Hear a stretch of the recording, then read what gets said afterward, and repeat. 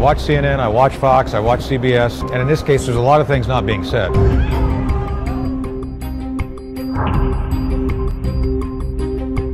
It almost certainly is a recombination event that was laboratory driven.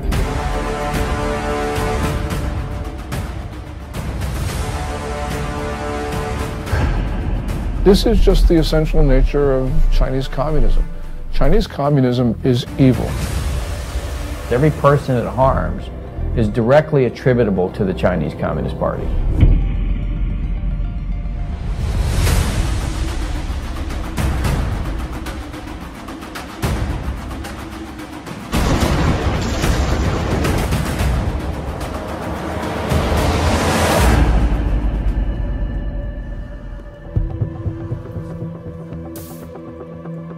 I began looking into the origin of the now widely known coronavirus in early February, with its timing amid the Hong Kong protests, the Taiwan elections, and the U.S.-China trade deal. My name is Joshua Phillip. I'm an investigative reporter at the Epoch Times in New York, writing about the Chinese Communist Party's programs of espionage and unconventional warfare for well over a decade.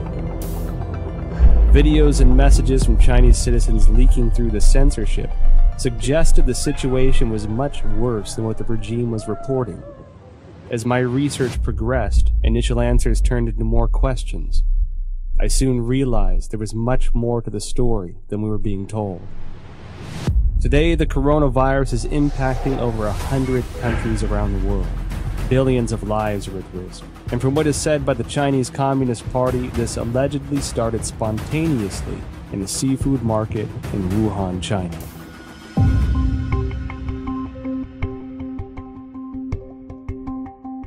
Wuhan is the capital of Hubei province, the largest city in central China.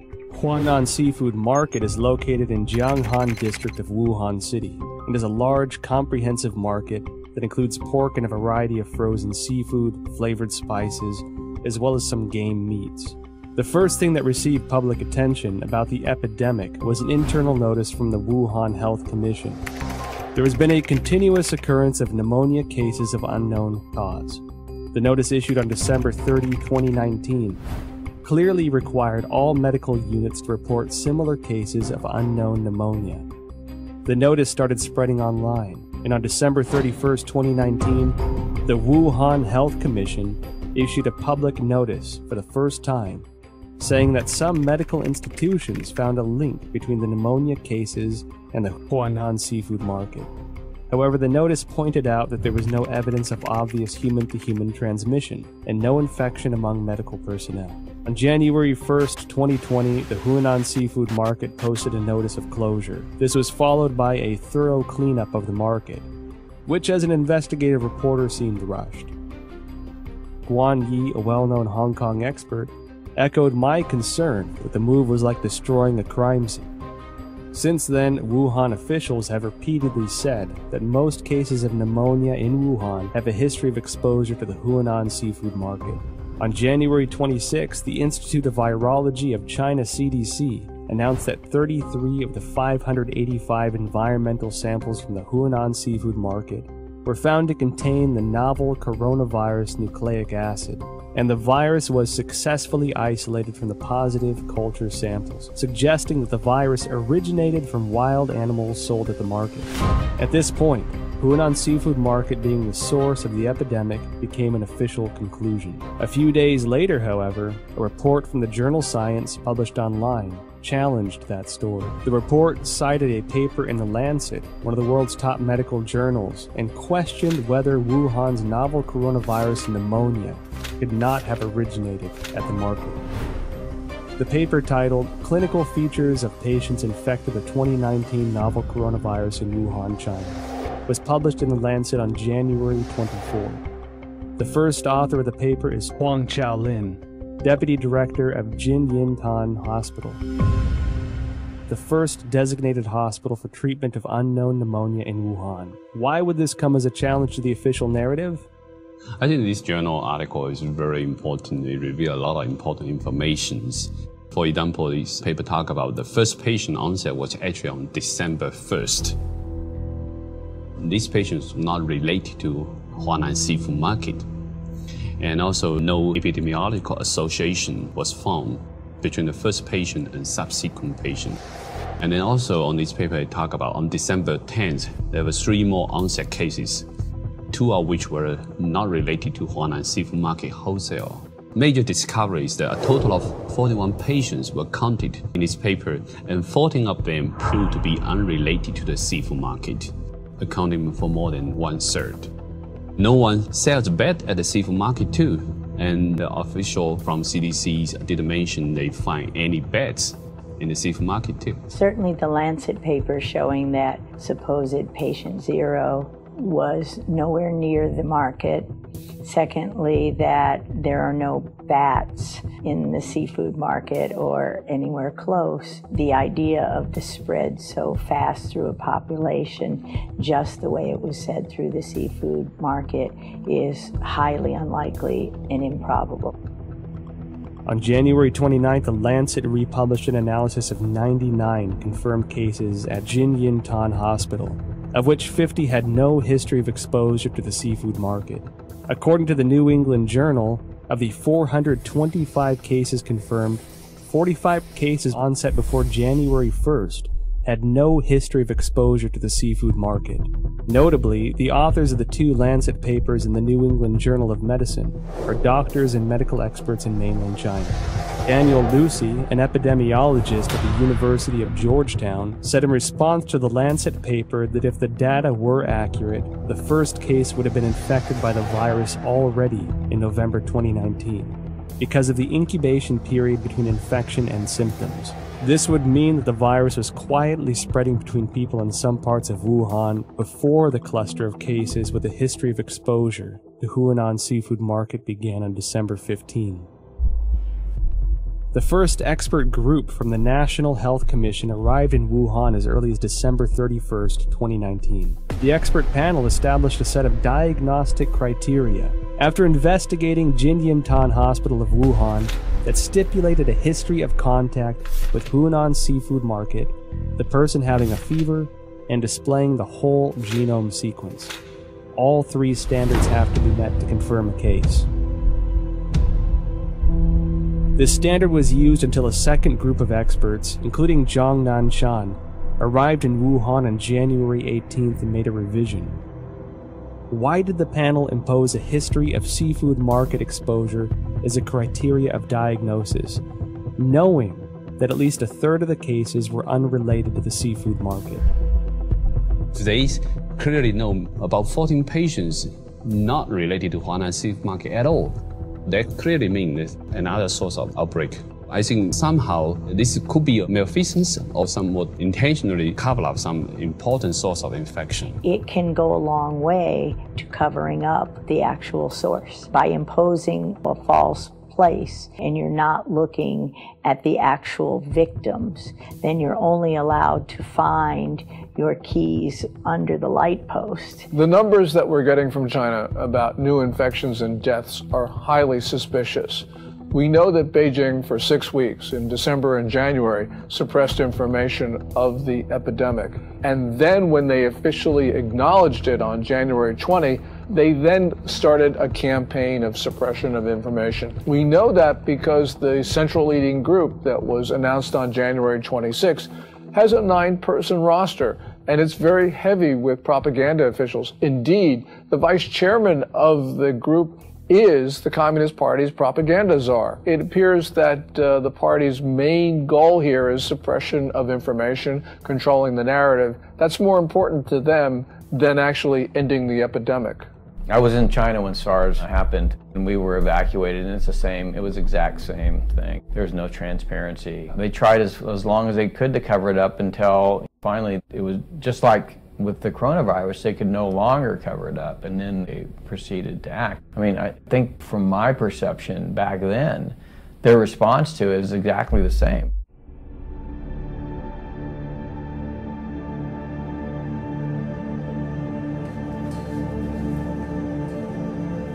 On January 10th, China disclosed the full genome sequence of the Wuhan novel coronavirus, and many of the world's top virologists began analyzing it.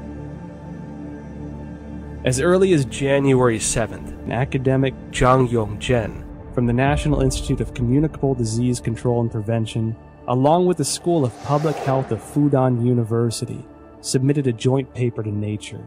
The paper was published on February 3rd and pointed out that the Wuhan coronavirus is closely related to CoV-ZC45 and CoV-ZXC21, two viruses sampled from bats in Zhoushan by the People's Liberation Army.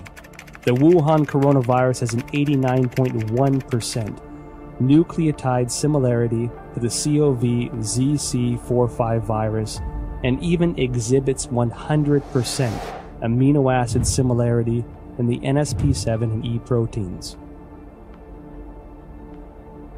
Shortly after the paper was published, other scientists used BLAST, a program developed by the National Institute of Health and the National Center for Biotechnology Information, to compare the viral sequence based on the data submitted by Chinese authorities on January 12th. The results matched with Zhang's findings. Another scientist, Lu Raojian from the Chinese Center for Disease Control and Prevention, and their team also published a paper in The Lancet on January 30. The paper stated that the Wuhan virus has an 88% similarity to two bat-derived SARS-like coronaviruses collected in Zhoushan, Zhejiang province of China. The earliest discovery of this bat-derived virus is by an expert from the Research Institute for Medicine of Nanjing Command. A paper published in 2018 states that scientists from this institute detected many SARS-like coronaviruses in bats from Zhoushan City, also known as bat-like coronavirus, Zhoushan virus. In short, scientists found the Wuhan coronavirus, the current pandemic, is highly similar to a bat SARS-like coronavirus previously discovered by the Nanjing Military Research Institute, showing 100% amino acid similarity in NSP7 and envelope protein, the E protein. What does this high similarity reveal? Hard to see a protein is 100% identical when the virus jumps species. And so that was suggesting maybe the virus could be generated with a reverse engineer process. I certainly believe that the 100% amino acid similarity says it can't possibly be a natural mutation. It almost certainly is a recombination event that was laboratory driven.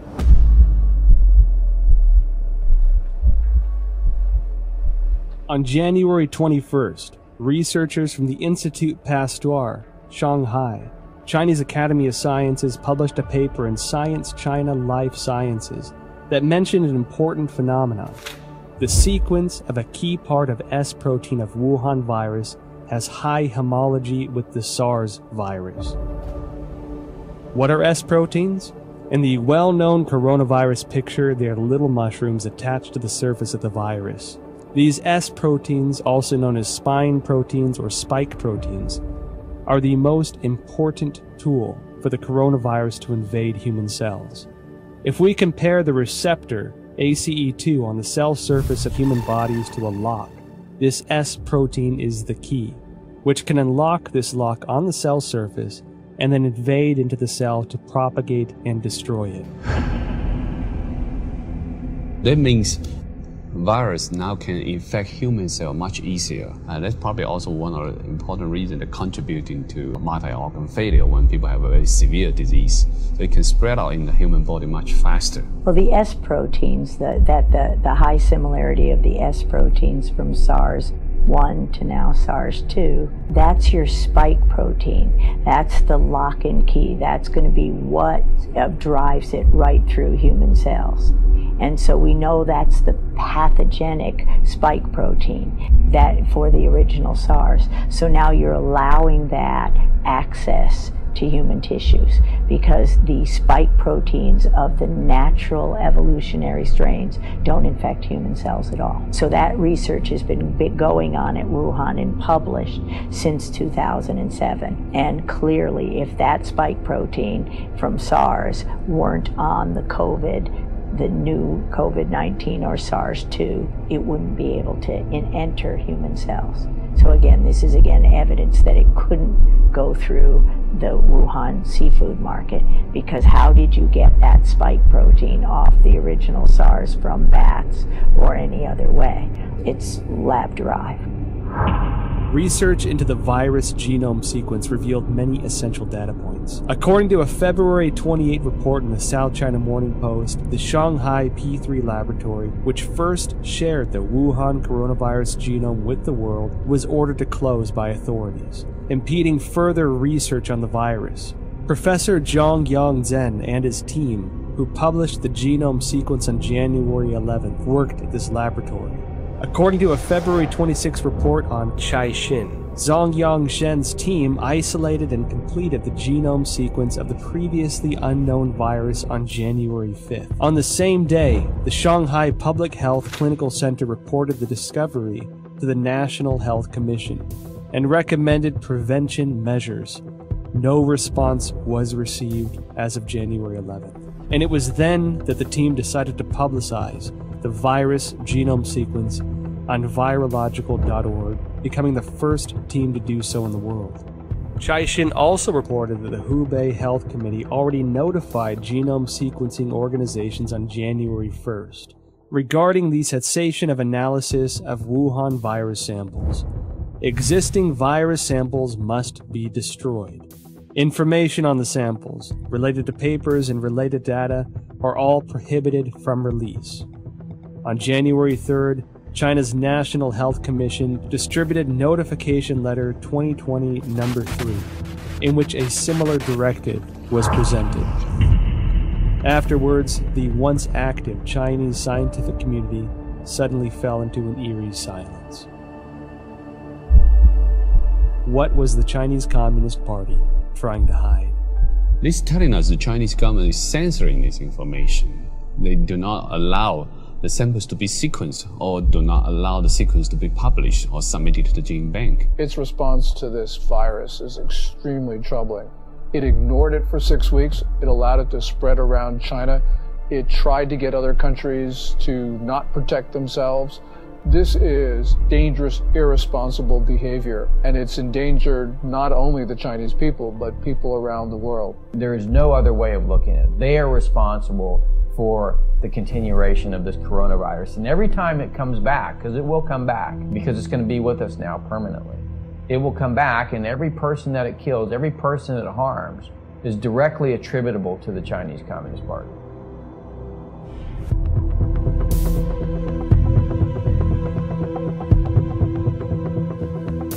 Through investigating the genome sequence, I found it significant that the S protein of the Wuhan coronavirus was critical in its cross-species ability to infect humans. While I was searching for related studies online, one Chinese virologist in particular caught my attention.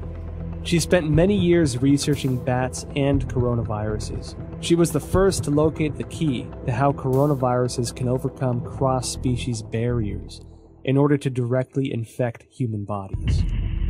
And she was the first to discover that the SARS virus was the result of a restructuring of multiple SARS-like coronaviruses found in bats. Her name is Shi Zhengli, and she may be an important link to the origin of the virus. Wikipedia describes Shi Zhengli as a, quote, Chinese virologist and researcher at the Wuhan Institute of Virology, which is part of the Chinese Academy of Sciences. Further investigations show that Shi Zhengli has been a figure of controversy since the Wuhan virus outbreak.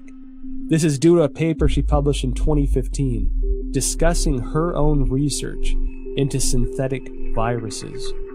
Caixin, a media company with ties to the Chinese Communist Party, interviewed Shi Zhengli in an attempt to refute these rumors. Dr. Zhengli, she is one of the top experts in China studying about coronavirus in Wuhan Institute of Virology. She has so many publications from collecting, identify bad coronavirus from bad caves. Her lab has these capacities and very sophisticated capacity to generate mutations to make it best fit in human expression as well. Delving further into related information, I discovered that Shi Zhengli published not one, but 4 papers in total, each of which contains important information. Since the SARS outbreak in 2003, Shi Zhengli has been conducting research on coronaviruses. From 2010 onward, the focus of Shi and her team was redirected to identifying the capacity for coronavirus transmission across species, specifically putting the spotlight on the S protein of the coronaviruses. In other words, her team's research in the Wuhan lab has been looking into the part that can make coronaviruses transmittable to humans. In June 2010, a team including Shi Zhengli published a paper. It describes research to understand the susceptibility of angiotensin converting enzyme 2 ACE2 proteins of different bat species to the S protein of the SARS virus. In the experiments, they also modified key amino acid conjugates to mutate the bat's ACE2 to examine compatibility with the SARS S protein. This paper demonstrated their awareness of the special relationship between the S protein and the ACE2 receptor.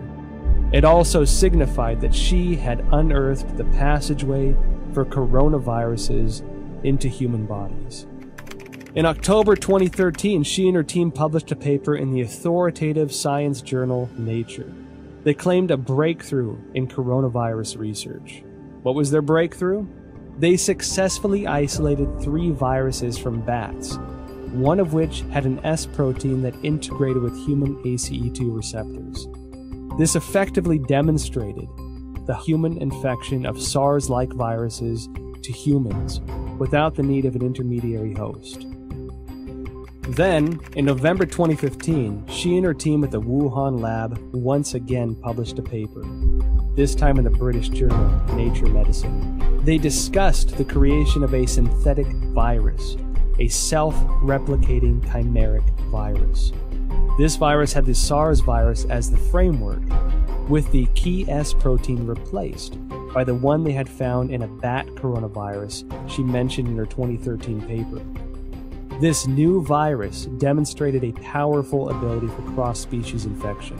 The mice infected with this synthetic virus revealed severe lung damage with no cure. This symbolized that Shi's successful splicing of the SARS virus was a key to open the door to the cross-species transmission. What is startling is that these successful experiments on mice were only the tip of the iceberg. They planned to further experiment on primates. Although Shi Zhengli did not indicate any conclusion from this research, her move to research on primates suggests this was to more closely simulate the infection of humans with this new synthetic virus. This wasn't done without controversy, however. Shi's experiments quickly triggered widespread debates from the academic community. Simon Wayne Hobson of the Pasteur Institute in France expressed deep concerns. He told Nature, if the new virus escaped, nobody could predict the trajectory. Propagation could happen anywhere. His statement is exactly what's happening, that the virus is everywhere and it could not spread that fast through various countries unless it's been spread via laboratories, via the mail, via research scientists studying that.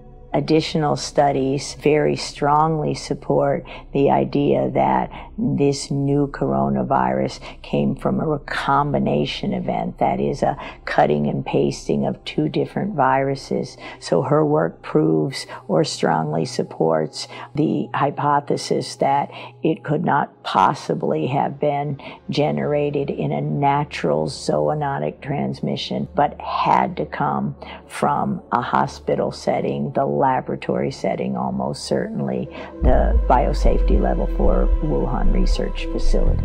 However, this did not terminate Shi's research. On November 14, 2018, Shi Zhengli spoke at the School of Life Sciences and Biotechnology at Shanghai Jiaotong University.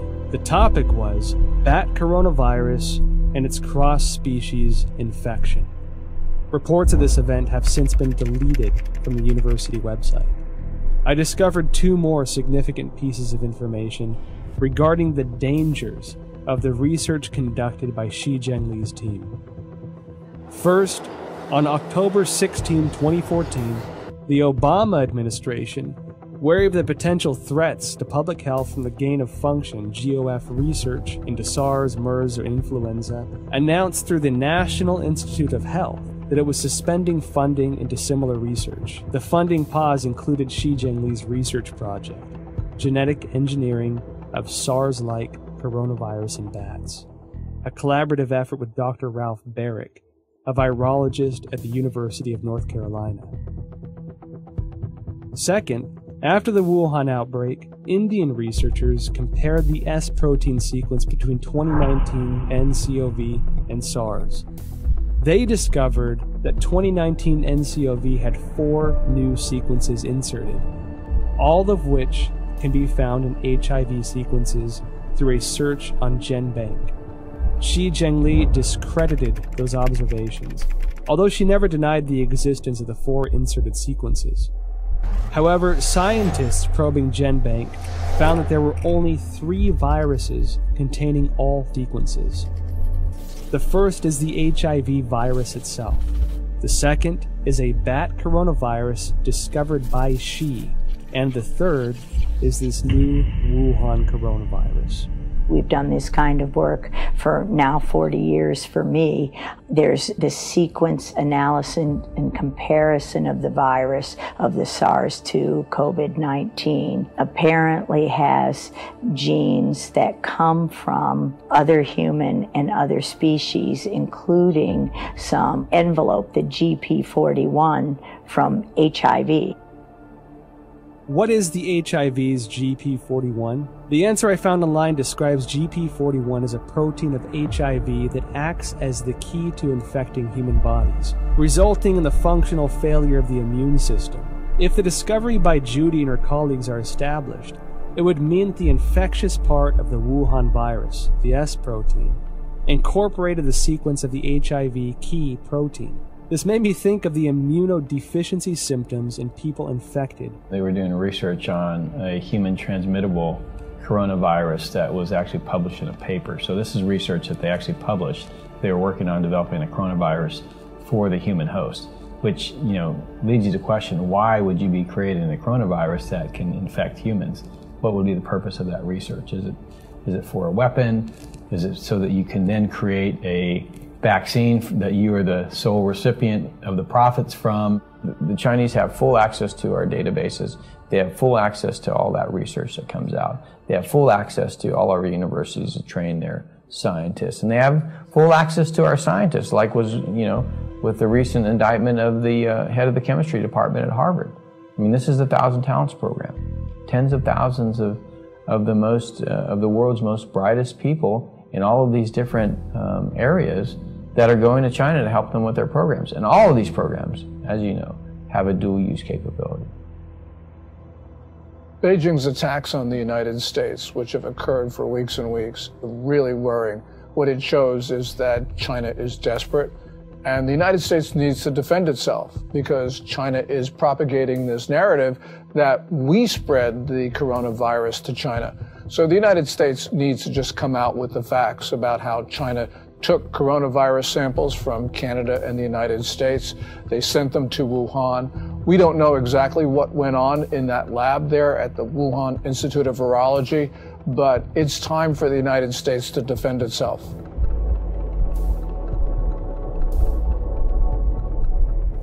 January 23rd, 2020.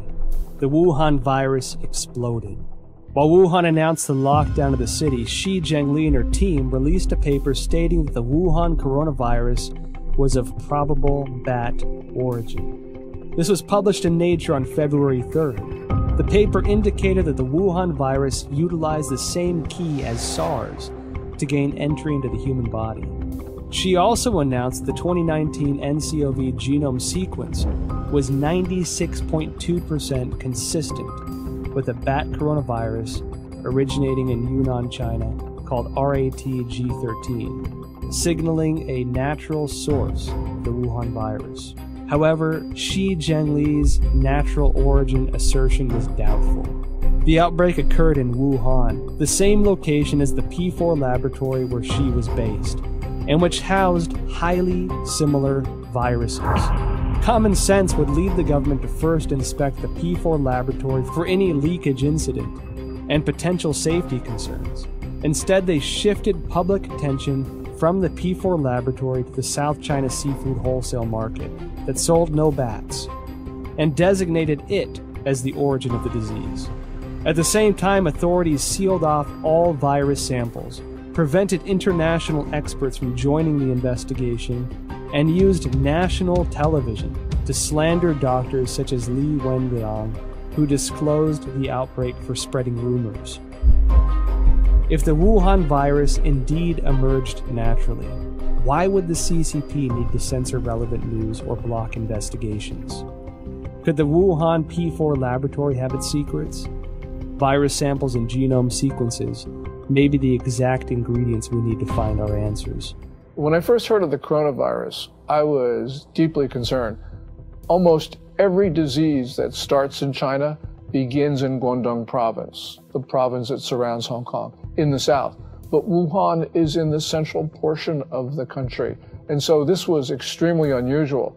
And the fact that it might have started close to the Wuhan Institute of Virology, the P4 biosafety lab, really was extremely troubling. It's not a conspiracy theory to think that the coronavirus came from the Wuhan lab. We don't know at this point.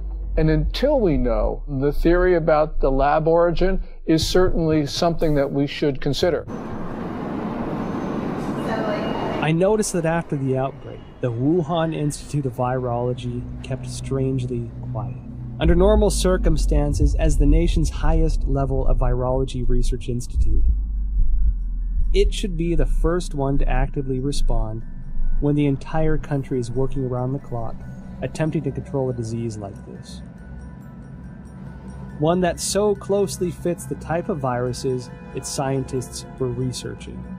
In contrast, the Institute had a highly visible demonstration on CCTV of their efforts to detect and prevent the outbreak of virus V in pigs of Guangdong in 2018. It should be noted that the Wuhan Institute displayed a series of abnormal events since the start of 2020. January 2nd. An email from the Director General of the Institute to all internal staff was circulated. The subject was notice regarding the strict prohibition of disclosure of any information related to the Wuhan unknown pneumonia. National Health Commission clearly mandates that all detection, empirical data, results, and conclusions related to this outbreak cannot be published on self-media or social media, nor disclosed to any media, including state media, or collaborative organizations, including any technical services companies. January 21st. A new drug, remdesivir, provided for free by the United States to China for Wuhan coronavirus treatment, was preemptively patented by the Institute. February 3rd. Dr. Wu Xiaohua blew the whistle using his real name that Xi Zhengli's haphazard laboratory management may have led the Wuhan virus to leak from the lab. February 4th, Chairman of Duoyi, Xu Bo, blew the whistle using his real name that the Wuhan Institute of Virology was suspected of manufacturing and leaking the Wuhan virus. February 7th, top biochemical weapon expert of the People's Liberation Army, Chen Wei, officially assumed control over Wuhan Institute of Virology's P4 laboratory. February 14. Chinese leader Xi Jinping called for the inclusion of biosecurity into China's national security framework and to accelerate the introduction of a biosecurity law. February 15. The Institute refuted widely spread rumors on Chinese social media that a female graduate, Huang Yanling, was patient zero and had perished. However, Huang's photo, CV, and thesis were all removed from the Institute's official website, leaving only her name. February 17. Institute researcher Chen Chuanjiao blew the whistle using her real name that Director General of the Institute, Wang Yanyi, was suspected of leaking the virus.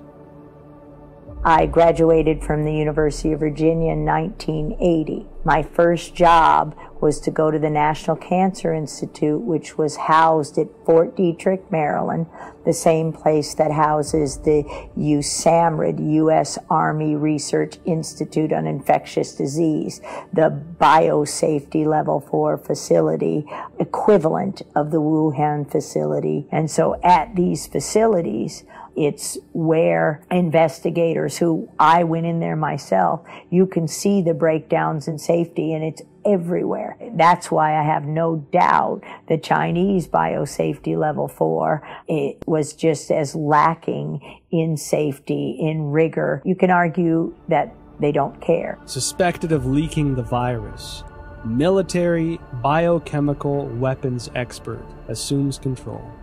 Biosecurity law. Now, when these sensitive keywords are connected together, it tells me that the P4 laboratory is not an ordinary academic research institute. I decided to start from the beginning of the Wuhan P4 lab. On January 23rd, the day Wuhan was locked down, French website challenges.fr published an article that revealed many details of the collaboration between France and China to establish the P4 laboratory in Wuhan. In 2003, after the SARS outbreak in China, the Chinese Academy of Sciences requested assistance from the French government to build a virology research center of the highest level. With the support of then French Prime Minister Raffarin, the two countries signed a contract to jointly construct the P4 laboratory under a wave of contention.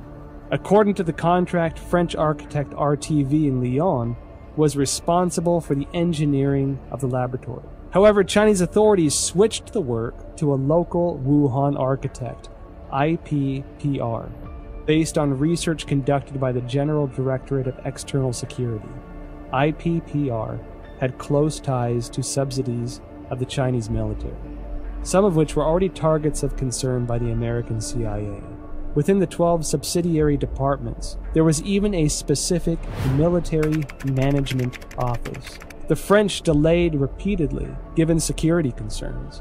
It wasn't until 2017 before the Wuhan P4 laboratory was operational, and French security continued to suspect that the Chinese regime was conducting biochemical weapons experiments. Who is the real boss of the P4 laboratory?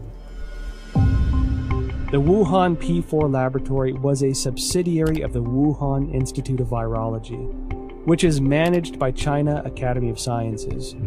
The director of the laboratory was Yuan Shiming, who was also the head of Chinese Academy of Sciences Wuhan chapter. Design and funding for construction were the responsibilities of the ex-vice presidents of the academy, Jiang Mianheng from 1999 to 2011, and Chen Zhu from 2000 to 2007. Jiang Mianheng was the eldest son of ex-CCP leader Jiang Zemin. After Jiang Zemin ascended to power after the Tiananmen Square massacre, his son entered the academy and led the Institute of High Technologies Research and Development. Jiang Mianheng created the Shanghai Institute of Life Sciences, and together with China Academy of Sciences, Shanghai colleges and universities, Shanghai hospitals, military hospitals and research institutions, formed a profit group of life sciences organizations. They controlled China's major life sciences research projects and allocation of massive funding.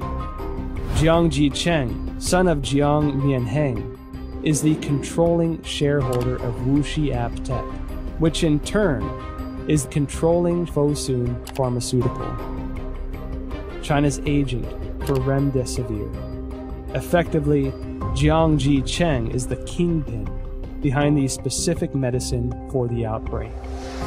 Meanwhile, Chen Zhu is the current president of the Red Cross Society of China, which had faced numerous scandals since the outbreak. In 1999, while Jiang Zemin was in power, the People's Liberation Army published a book, Unrestricted Warfare, in which strategies for a weaker nation to combat a stronger nation are discussed in the context of modern warfare. One of the authors, Qiao Liang, wrote, "After the first Taiwan Strait crisis, we realized that if the Chinese and American military fought head-on, we are at a disadvantage. Therefore, we need a new strategy to help our military tilt the balance of power. This new strategy is called unrestricted warfare, a variety of means beyond all limits, without any restrictions. It could be military related, including guerrilla warfare, terrorism, biochemical warfare, or it could be non-military related, such as drug trafficking, poisoning, environmental destruction, and computer virus dissemination." Israeli expert in biological warfare and former intelligence officer Danny Shoham published a paper in 2015 in India's Journal of Defense Studies. He pointed out that China will not miss, skip, or abandon any highly advanced technology, especially military-related technology. The article noted that China had 12 facilities related to the Ministry of National Defense and 30 subsidiary facilities of the PLA participating in the research, development, manufacturing, testing, or storage of biological weapons. Dr. Francis Boyle, a Harvard PhD famous for drafting the Biological Weapons Anti-Terrorism Act of 1989, clearly expressed, "The novel coronavirus we're seeing here is an offensive biological warfare weapon." The Federation of American Scientists indicated similar concerns in an evaluation report. The organization believed that the CCP possessed advanced chemical warfare projects, including research, development, manufacturing, and weaponizing capabilities. The CCP is usually known to have a proactive biological warfare portfolio, including state-funded and sponsored research activities. I believe they have them. I believe they're developing them. I think they want to be the most advanced nation on earth when it comes to biological weapons. The same as I believe that they do forced organ harvesting. The same as I believe that they have concentration camps for Uyghurs. The way I believe that they have systematically killed millions of Falun Gong. It is the same thing, this regime. You can count on it. So Wuhan as an area, I think, is critical by the fact that there's a lot of concern about what China's ambitions are regarding long-term global domination. I'll just say it that. Their military doctrines indicated that they intend to be the dominant political and military force in the Pacific Rim. I've talked to senior members of the Trump administration who have had conversations with the senior Chinese generals, and that's what they basically say. It's in their doctrine, too. So we have to examine this new clue. This is one piece of the, Wuhan, biological warfare. Does this mean something to these other things we're already seeing? Because the Chinese have already kind of stated this is their objective. So I think we have to analyze it through that lens. What does this mean to the larger political narrative of what China wants to do to dominate the region and potentially the world? We don't have to speculate about being at war. Last May, the Communist Party, through People's Daily, carried a piece which said that there was a quote-unquote people's war against the United States. They've declared war on us. We have to respond. There is a war. China's told us there's one.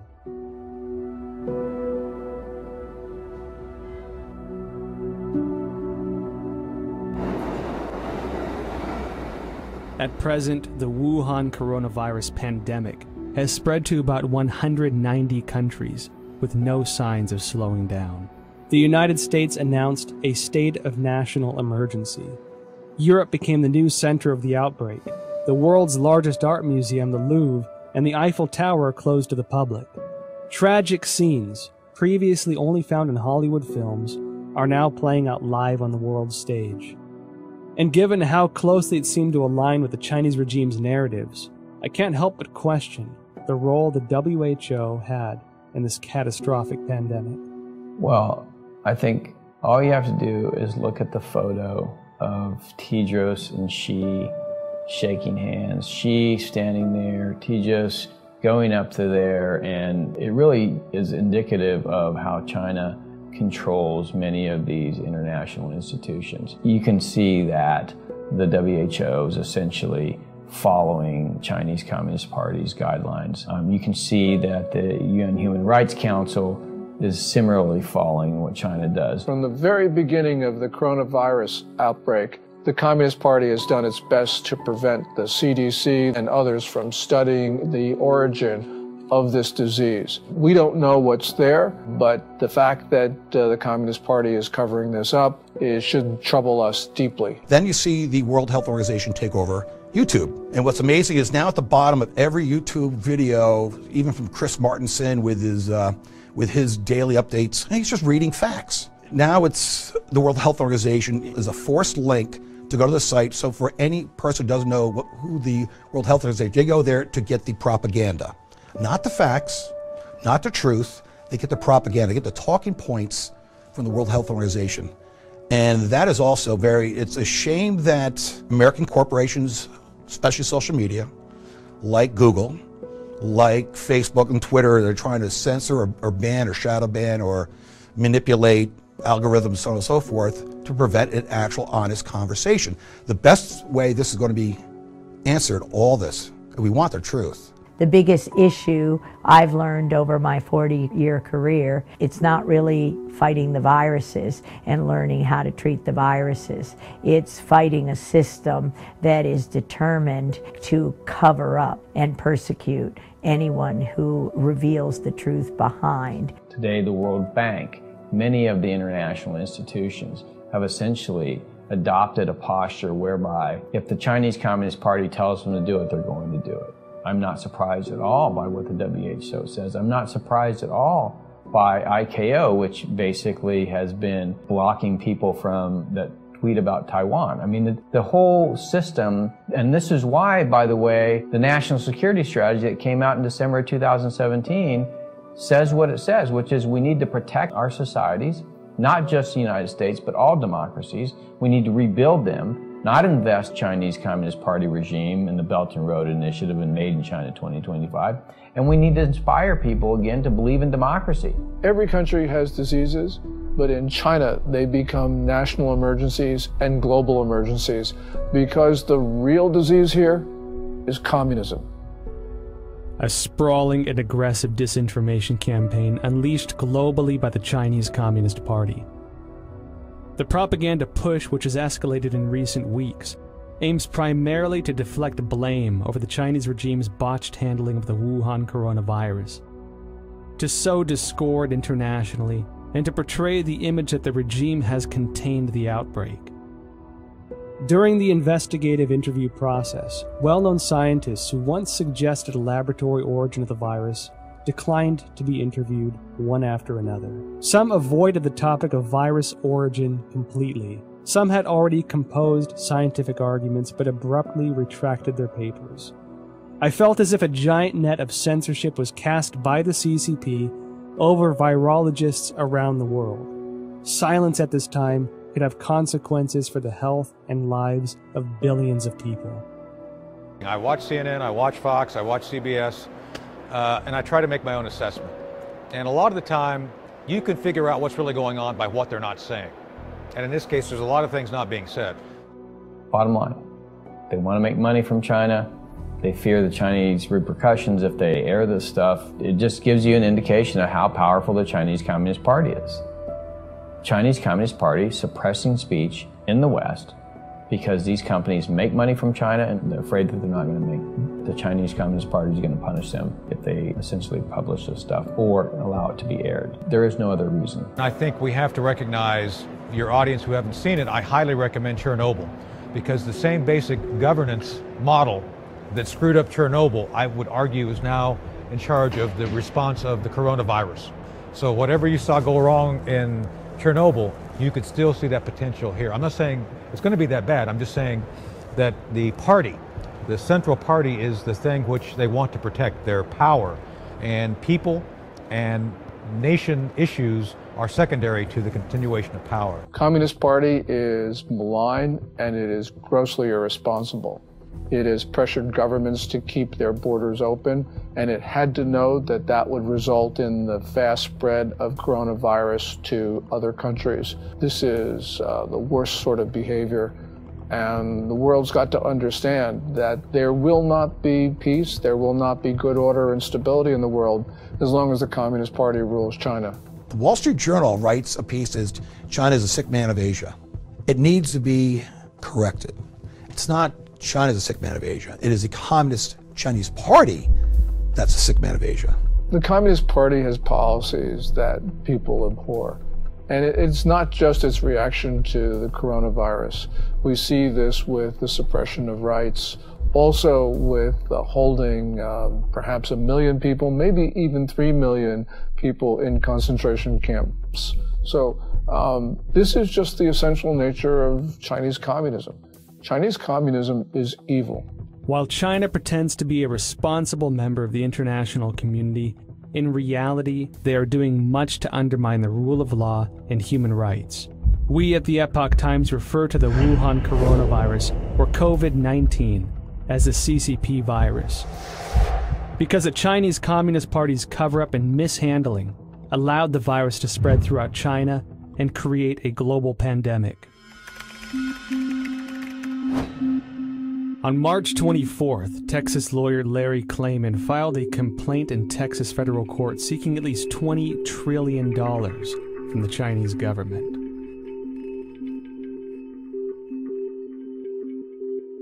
Klayman said in a statement, quote, "The Chinese people are a good people, but their government is not, and it must be made to pay dearly." On April 4th, the British think tank Henry Jackson Society advocated for compensation of £351 billion from the CCP to the UK, and that the government should pursue it through international courts. The same report called for a total compensation of £3.2 trillion to the G7 for the damages caused by the cover-up of the outbreak. On the same day, the All India Bar Association filed a complaint to the United Nations Human Rights Council, seeking an unspecified amount as reparations from China over the global spread of the coronavirus. Evidently, the CCP violated the international health regulations. The United States and the international community must regain their senses and take action. Reveal the truth through investigations, initiate sanctions against the CCP, and seek massive restitution for the worldwide public health emergency resulting in tremendous health and economic loss.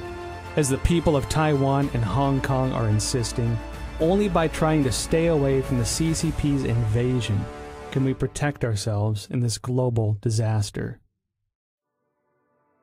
Let's start protecting ourselves. Let's start rebuilding our country. Let's start investing in our people. Let's start inspiring people to love democracy and transparency and open markets, not what the Chinese have, which is essentially, if you read document number 9, counter to every single one of those things. So, I mean, it gives us a real opportunity to kind of reevaluate the kind of world we want to live in and fight for the right side of that world. I want them to see the true nature of the Chinese Communist Party, because when they do, they're going to wake up. And when that happens, democracies will begin to flourish again. And when that happens, perhaps, just perhaps, the people of China will have a chance. This virus must have a message for all of us as people of this earth. We need to take a break from our busy schedules and seriously consider the repercussions of our ever-expanding scientific research and development. Did we go too far? Do our desires and ambitions go against the laws of nature and pull us further from the direction given by heaven? Maybe when this virus lifts, we can again find our traditional values, rediscover kindness and virtue, family and community. I believe that viruses can't survive where hearts have compassion.